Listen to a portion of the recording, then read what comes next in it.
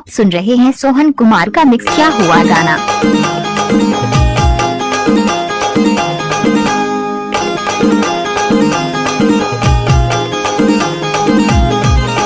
DJ Sohan Kumar Saja टोला।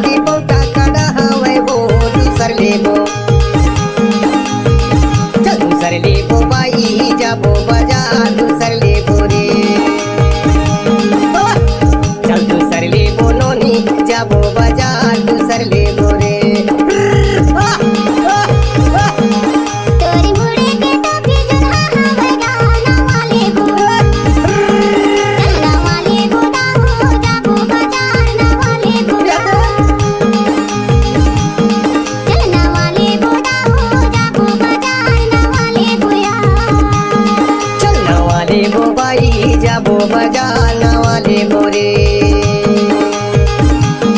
चलना वाले बोदाओ जाबो बजाना वाले बोया।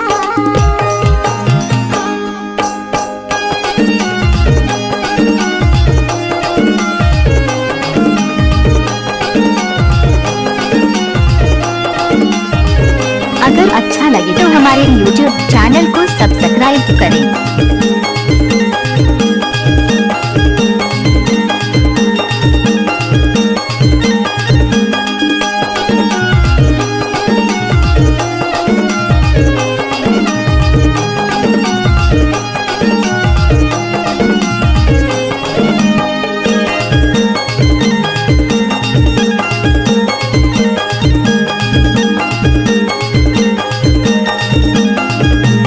सोहन कुमार साजा टोला। साइकिल में जाबे की मोटर में जाबे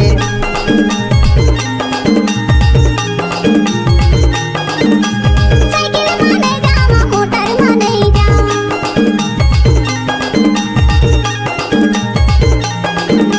साइकिल में जाबे की मोटर में जाबे मोटर में नहीं जावा साइकिल में नहीं जा।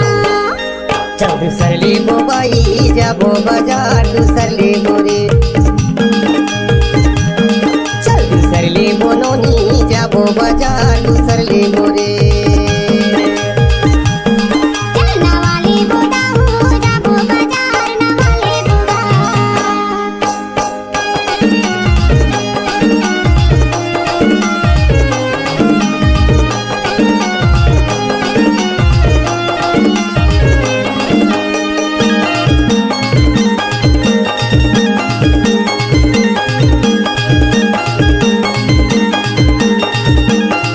सोहन कुमार का मोबाइल नंबर लिखना चाहते हैं तो लिख लो मोबाइल नंबर 6264699327।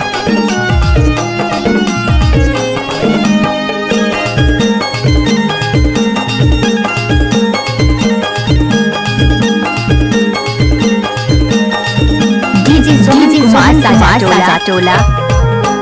बहुतला लेबे की बहुतला लेबे डीजे सोहन कुमार साजा टोला।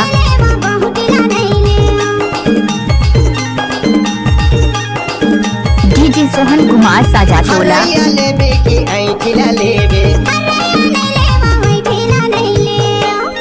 चल दूसर ले बोबाई जाबो बाजार दूसर ले बोरे चल दूसर ले बोनोनी जाबो बाजार दूसर ले बोरे